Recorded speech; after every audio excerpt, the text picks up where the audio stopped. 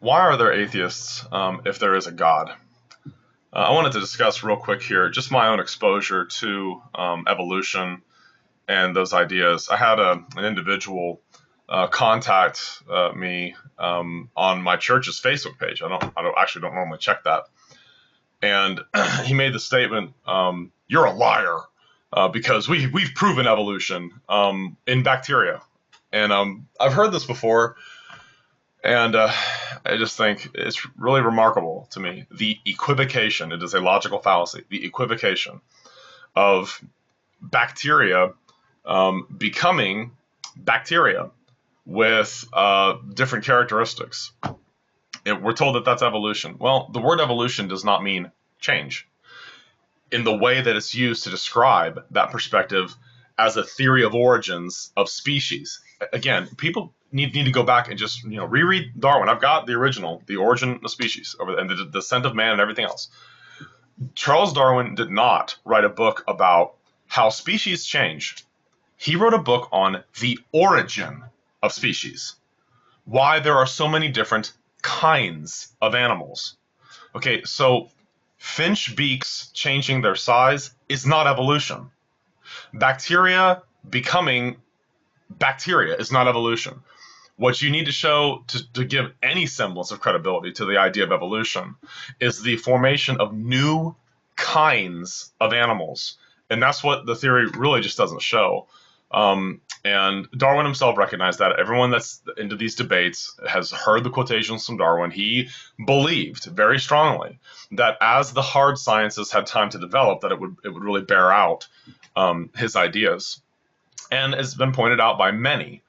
What he was saying about the origin of species was nothing new. The only thing that he gave to it was a mechanism, natural selection. So let's talk real briefly here about the issue of the hard sciences that have developed from the time of Darwin. There are a lot of former evolutionists who are now creationists. And I want to give a shout out to and promote this book right here, Evolution's Achilles Heels. There's a DVD that went with it too. I've distributed lots of those. People have found them to be very helpful. Basically, it goes through 8 categories of science and inquiry and kind of talks about the history of those sciences since the time of Darwin. Natural selection is the first one. Is natural selection, does that give us a mechanism through which new information is added to genomes? Simple answer is no. What the science of genetics shows us is that what it really looks like is at one point you had intact, very good pools of information in the genome of the various kinds of animals. And over time, those animals have speciated into various species, not by acquiring new characteristics or new information, but by losing information, by becoming more and more broken. It's called cumulative degeneration. Over time, the piling on of mutations is what brings us to where we are now. In the final analysis, genetics really has not helped the issue of Darwinism, because mutations are supposed to be the thing that gives rise to new traits, new information. The problem is point mutations don't give new information to genomes. They just don't. And so what you see is over time, things are rusting out like a car. They're degrading more and more. We are not evolving. We are getting worse and worse. All the mutations that were passed on to me by my parents and grandparents and great-grandparents and so on are piled on to me and will be passed on to my progeny as well. And so genetics really, really is a problem. And the blindness of those who still hold on to this theory of evolution, which I really think is going to be gone in about 50 years. I think it'll be over. And it will be a completely discredited idea. There will always be holdouts, though, because they don't want God to exist, and they'll believe anything. They'll believe that that aliens from outer space put us here, like Richard Dawkins has suggested, directed panspermia. Any creators but God. Any creators but God. As long as it's ET, hey, we're cool with it.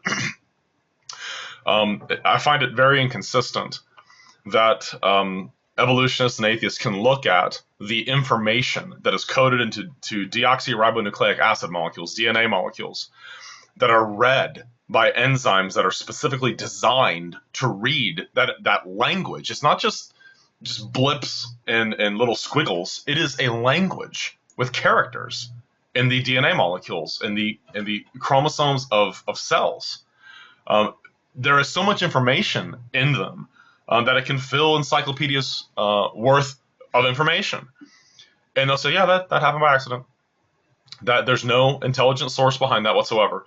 Although, Richard Dawkins has said, hey, there could have been another intelligent source that's brought information. Now, why would Richard Dawkins be willing to say something like that? Well, because it is a demonstrable fact that information like that has to come from an intelligence. No one is going to look at Mount Rushmore, at the faces on Mount Rushmore, Lincoln, Jefferson, Roosevelt, and Washington, and think, man, imagine the odds that rain and wind just happen to carve, those four great men, founders of our nation, presidents of our country, who were very influential, very important. No one looks at it like that. People look at things like that, and they recognize there has to be an intelligence behind it. No one would ever look at Mount Rushmore and think, I wonder what caused that. No one's going to do that. Everyone looks at it and says, okay, who did that? And intelligence is behind it. People look at the information in the DNA molecule, and they're starting to recognize, okay, well, maybe aliens from another planet came here. Now, there's a reason why they're willing to suggest aliens did it and not God, because aliens can't judge us for our sins. Everything goes back to sin, folks. You have to recognize all this stuff, evolution, everything else, atheism, is a cover for the fact that these individuals are in love with sin. Pick your perversion, whatever it is. What are you into? What do you like? That's what this stuff's all about. It's about guarding themselves and guarding the most important thing to them, which is their sin that they love so much. That's why you get all the nastiness. You get no rational argumentation. Peter Thurston, as soon as you said, in response to the argument that I've made, that I've heard atheists make, yes, natural selection, the idea of atheism, evolution, it does not give us any grounds whatsoever to live moral lives. And to say that it's consistent with that, for these young men to go into Columbine High School and blow the place up, that goes hand in hand with teaching them that they're just rearranged pond slime, which is exactly what they believed. They believed in evolution, they believed in natural selection, and so on and so forth.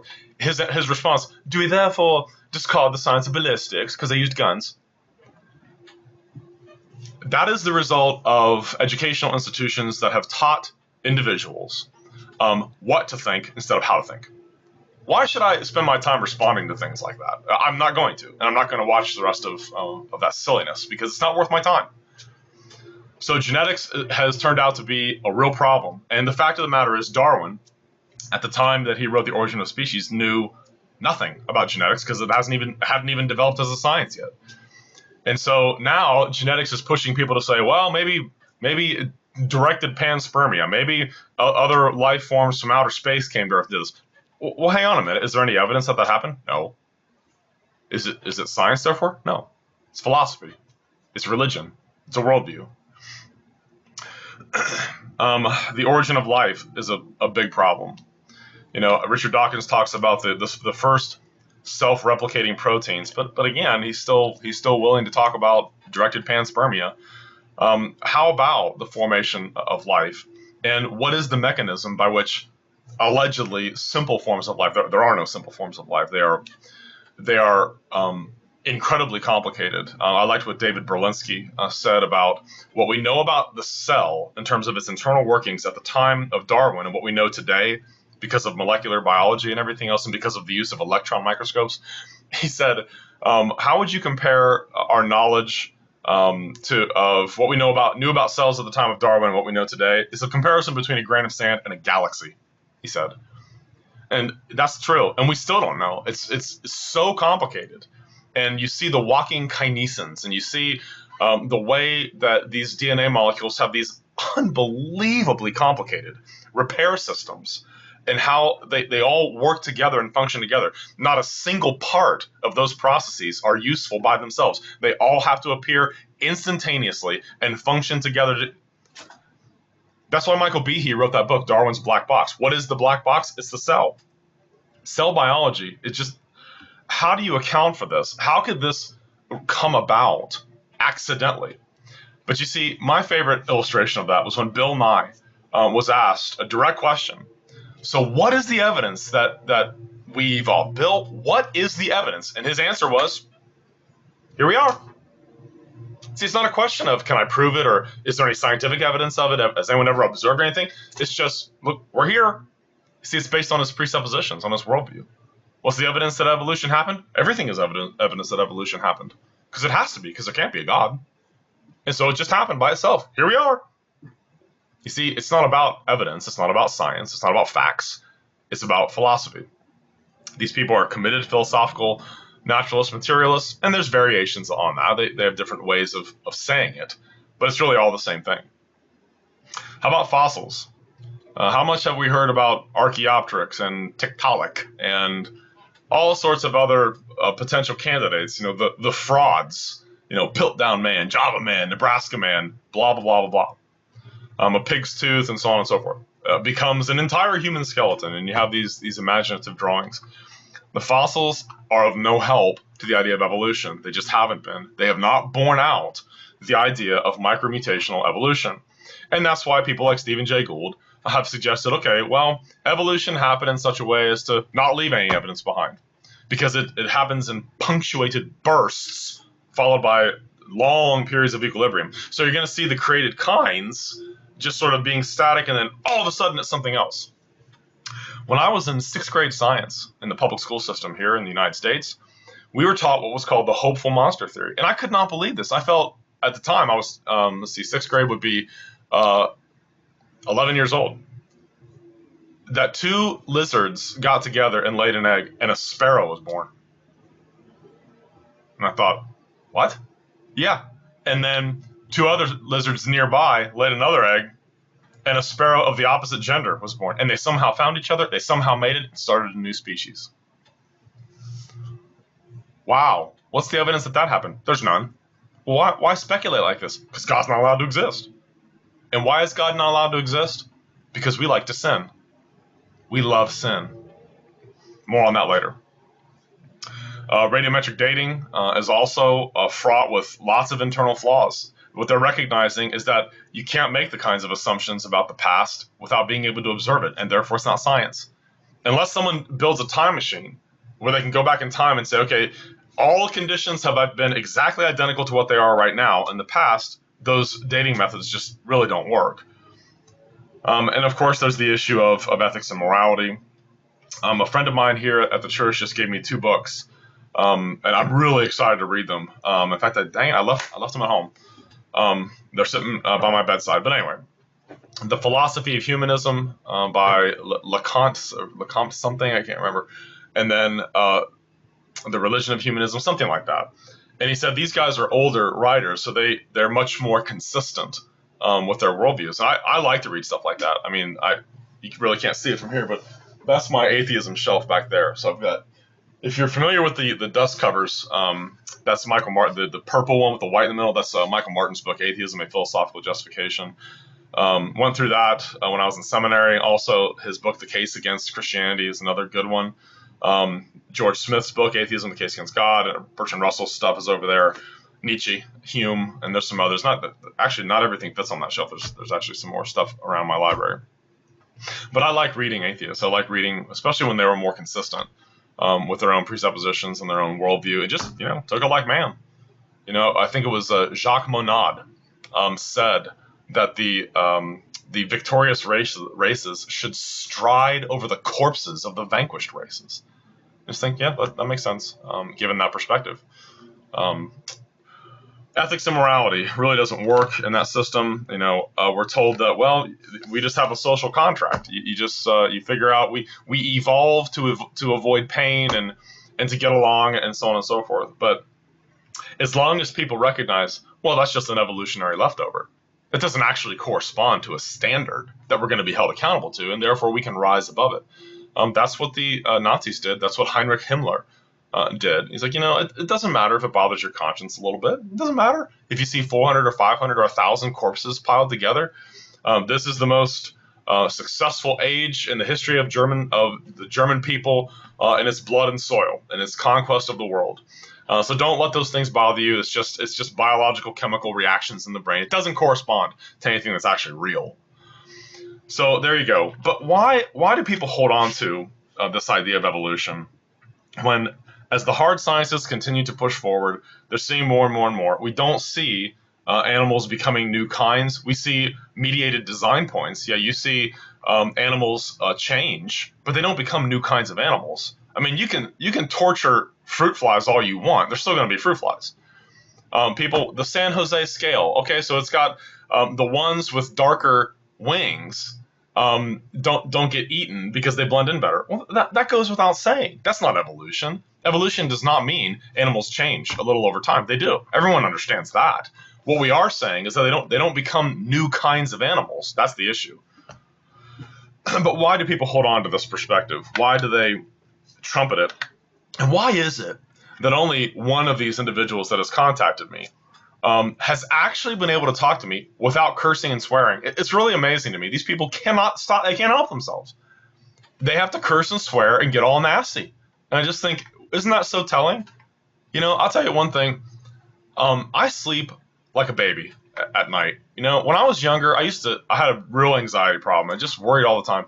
And as I've grown in my relationship with the Lord and have grown to know and love the one true God who is so gracious and so tenderhearted and so compassionate and has been so good to me my whole life, although I've suffered greatly in my life.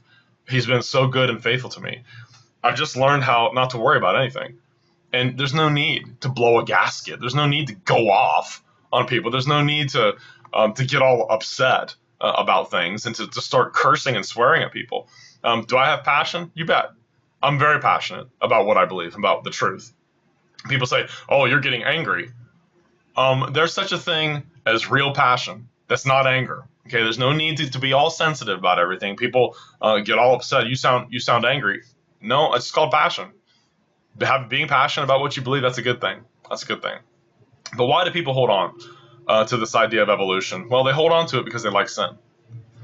Jesus is the ultimate whistleblower, and I love his style. I love the way he gets right to the heart of the matter. No matter who he was talking to, he knew exactly what they needed to hear. He was the one who exposed men for what they are. Jesus said this to Nicodemus in John 3, verse 19. This is the condemnation, that light has come into the world, but men loved darkness rather than light because their deeds were evil. For everyone practicing evil hates the light and does not come to the light, lest his deeds should be exposed. In that same gospel in John chapter 7, verse 7, Jesus said this, the world cannot hate you. He said this to his enemies. The world cannot hate you, but it hates me, because I testify of it, that its works are evil. Why do people champion a theory that has no scientific credentials whatsoever? Why? Because they love sin. They're into something. They're into a sin that has them in a death grip, that has got its claws into them so deep that they just can't get rid of it. They love to sin. And one of my favorite early Christian writers is Augustine of Hippo. And he was a debauched individual. He was arrogant, violent, absolutely detested Christianity. And if you ever get a chance to read his confessions, the fact is, for a year of his life, he knew that it was true. He knew that there was one God. He knew that Jesus Christ was indeed his son, and that he was the only way to be saved. But Augustine refused. He would not come to Christ. He would not go to the church. He would not get baptized and take up his cross and follow Christ. Why? Because he wasn't done sinning yet. He was too into sex. He was too into arrogance. He was too into being violent and being a man's man and doing all of the things that he loved to do that were evil, that he knew was evil. And that's really what's going on here. Why are these people so nasty? Why? I would love to have a thoughtful discussion with somebody, but these people absolutely cannot control themselves. This guy comes out, Jeff Ball. I don't even know if that's his real name. I looked out on it when I clicked on his channel. It looks like his name's something else. I don't even know. I don't know. And he's got a channel. The name of the channel is Profanity.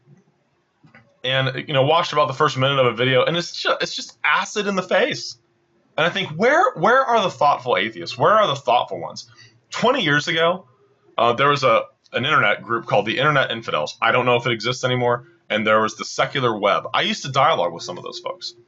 And it was actually, they were good dialogues. Those guys actually made me think. They were thoughtful. At the time, I mean, I was in my early 20s back then. I was a new Christian, and I didn't know much about this kind of stuff. And so I did a lot of reading. They would recommend stuff. I would read it. We would go back and forth for months and months and months and months. We would have these really interesting, fruitful discussions without people getting all nasty and being just as unpleasant as possible. What has happened to them? I think that because the theory of evolution really is in crisis, and it's being shown to really have nothing whatsoever to do with science, nothing whatsoever to do with observation, that it really is just a religious philosophy. Insecurity often causes people to get a little loony when they're defending what they know is indefensible. But what's really going on here is that these individuals are in love with sin. There's some kind of sex, perversion, there's something else that they're into that they really like, and they will defend it at all costs, even if they have to believe that E.T. came to Earth and put us here. That it doesn't matter, as long as I'm not accountable to anybody. But wanting something to be true doesn't make it true. Not wanting God to exist has nothing to do with whether or not he does exist. And the fact is, when your head hits the pillow at night, your conscience bears witness against you that you do know this God that I'm talking about, although you work very hard to hide that from yourself. And why do people do that? Because they succeed. They succeed in suppressing the truth and unrighteousness, as Paul says in Romans 1. Now, there are some Christians who think that atheists are actually lying when they say they don't believe in God. I don't agree with that. I think that atheists are telling the truth. I think that they are telling the truth. But they have an error about what they believe. They think and are convinced that they don't believe in God. Now, what I would expect to see, if Romans chapter 1 is true, if all men in their heart do know God, but they suppress it in unrighteousness, what I would expect to see is lots of people screaming that there's no God, and yet acting as if he exists. Acting as if nature is uniform. Acting as if there are moral absolutes that we're obligated to follow. Acting as if we can balance our checkbooks and drive our car, and mathematical concepts are real, that the existence of universal, invariant, abstract entities such as laws of logic, human dignity, morality, the validity of inductive reasoning, so on and so forth, those things all hold true, even though atheism, if true, in principle would destroy them all. We'll still just proceed forward as if they're all true. And that's why I did a video a couple of years ago, is it 3 years ago now, on Bertrand Russell. Bertrand Russell, Taking Atheism Like a Man. I liked reading him because his mind was just so sharp. I mean, he had an incisiveness that I've just not seen in any of his counterparts today. But he recognized that atheism cannot account for inductive reasoning. He knew that. He recognized that atheism cannot account for what he calls the uniformity of nature, what philosophers of the past call the uniformity of nature. Why is it that the characteristics and properties of the universe, the laws, the physical and chemical laws that govern it, are constant through time? Why are they consistent like that? Russell says you can't reason from the past to the future to prove it. You can't say, well, it's always been like that in the past, and it stands to reason it'll be that way in the future. Russell says that's begging the question. And says in his little book, Problems in Philosophy, we have still to seek some principle that will enable us to believe the future will be like the past. Years ago when I read that, I thought, wow, isn't that an amazing admission that he would actually say that? So why did Russell continue to live as if God does exist, as if all those things do make sense, when his worldview, by his own admission, destroys them? Because in his heart of hearts, he does know God, although he believes that he doesn't believe in God. It's just like the mother who has a rebellious child. Let's say there's a mother, has a child, Johnny. Johnny is 16 years old. Johnny's a bully. Johnny abuses people. Johnny steals constantly from others. Johnny skips out on school. Johnny doesn't do his homework. Johnny is a liar and a thief. And this mother believes that Johnny is innocent, and believes that everyone that's ever been out to try to attack him, they're just out to get Johnny. She's constantly up at the school. You guys have had it out for Johnny ever since we moved here. I've been trying to get my precious Johnny in trouble all the time, but he's innocent. He's being framed, and he really is a good boy. Now, does that mother really believe that? Yeah, she does. She does. She believes that. She believes Johnny's a good kid. And yet at home, she would never leave her son, Johnny, unattended in the same room with her purse, because she knows that Johnny will steal from her. Does she believe that Johnny's a good kid? Yep, she does. She believes Johnny's a good kid. And yet her actions betray the reality. She knows he's a rogue. She knows he's a bad kid. It's the same thing with atheists. Do they really believe that they don't believe in God? Yes, they do. They are telling you the truth. They don't believe in God, and they believe in evolution. They do. And yet by their actions, they betray themselves. Because they do things that their worldview destroys. Their worldview cannot account for. Universal, invariant, non-material entities like logic, like inductive reasoning, like classification concepts, like numbers, mathematics, so on and so forth, chemical and physical laws, etc., reason, human dignity. None of those things make any sense in that worldview, and yet they assume that all of them are true all the time. Now, I've asked the question of Peter Thurston, and will he attempt to answer it? I don't know. I doubt it. Friedrich Nietzsche said, "I fear we are not yet rid of God because we still have faith in grammar." Now, I actually Googled that quotation and found a lot of atheists asking on web boards, what does he mean by this? What does he mean by saying, "I fear we are not yet rid of God because we still have faith in grammar"? Friedrich Nietzsche recognized that grammar is not made of matter. Grammar is a universal, invariant, non-material entity that exists conceptually. But if there's no God, if there's no governing providence to impose uniformity on creation, and of course, as a Christian, I know exactly why God does that, so that man can subdue the created order, do science, figure it out, cure diseases, build houses, and study it and take dominion over it for the glory of God. That's why God imposes uniformity upon his creation. But Nietzsche recognized the fact that I'm sitting here writing and making use of laws of grammar that I expect others to know about when they read my books. We're not rid of God yet. We're not fully rid of him yet, because if we were rid of him, we would not have faith in grammar. Nietzsche was a brilliant man, even though he went insane towards the end of his life. He was a brilliant person. He saw a lot of the same things that Russell saw. And some of these other religious humanists of yesteryear, the ones writing today and these guys with YouTube channels, I don't think they've ever even thought about things like this. If you listen to what they say against the transcendental argument for God's existence, it shows they don't understand what we're saying. They don't understand what their own guys from yesteryear were saying either. But what's really going on? So why would Nietzsche, after recognizing if I believe in grammar, which is not made of matter, you can't go to the fridge and get a pound of grammar. Grammar is not made of matter. It is a law of thought. It is a universal, invariant, abstract, non-material entity that I believe in. But if there's no God, there can't be any universal, invariant, abstract entities like that. And we're not rid of God yet, because we still have faith in things like grammar. You can't have grammar. You can't have laws of any kind if there really is no God. But Nietzsche just kept right on going. Bertrand Russell, after giving away the store and admitting that science isn't even possible because we have no reason to believe the future will be like the past in terms of its law-like property, he just kept right on doing science, kept right on doing mathematics, kept on protesting nuclear bombs, and kept on living his life.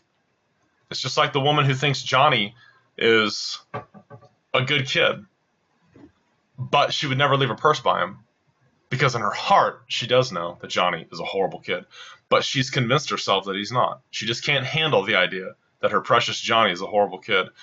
And so with her mouth, she says he's a good kid, but by her actions, she betrays the truth. That's what atheists do. The atheist worldview cannot account for what they are doing. Anytime they react with moral indignation to me or to any other Christian, that's not something that makes sense in your worldview. Every time you use inductive reasoning, every time you try to identify something as a logical fallacy, it doesn't make any sense in your worldview. It doesn't make any sense in your perspective. Your perspective, if true, would destroy the validity of all those things. And I always wonder, it's such an odd thing to me. Why even care? If there really is no God, well, go out and live your life and have a good time. Eat, drink, and be merry, for tomorrow we die. And yet you spend all this time ranting on the internet and raving at Christians and calling them liars and spewing your venom and cursing and swearing and everything. think maybe there's a bit of a vested interest there. I think there's something going on there. You don't want God to exist, and I know exactly why you don't. Because light has come into the world, as Jesus said, but men loved darkness rather than light, and they refused to come to the light, lest their deeds be exposed. But what a waste. What a waste. You spend your whole life on earth ranting against what is true about the fact that God does exist, about the fact that he is good. People say, well, what kind of good God would create a world that's all messed up like this? He didn't make a world that was messed up. He created a paradise. Why is the world the mess that it is? Because we're here. We are here. We messed it up. We sin against others. We are the ones who are at fault. God let man live here, and we've destroyed the place. We're setting it on fire. And what people often don't even realize is that God is very engaged in restraining evil in the world so that it's not worse than it is. Why? Because he's gracious. His mercy and compassion are infinite. They are beyond measure. So what about evolution and atheism? It's just a cover for sin. People love sin. They're into sex. They're into whatever. Who knows what? Who knows what all these days? And they don't want accountability. So they'll believe anything.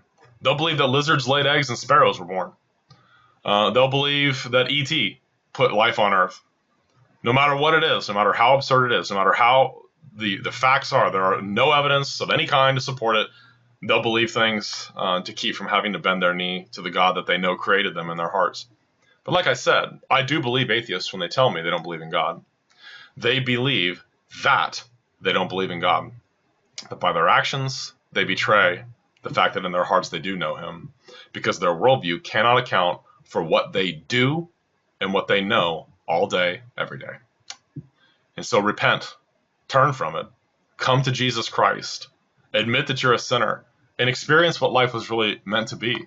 A life of love, a life of fulfillment, knowing Christ, a life of adventure, a life where you actually love people just because they're people, where you have compassion on the weak, where you want to do what's right, you want to spread the good news, that there is a way to be forgiven, that there is life outside of slavery to sin, and just being a complete yes man to your evil nature that tells you to do this and that, and you just bow and obey it.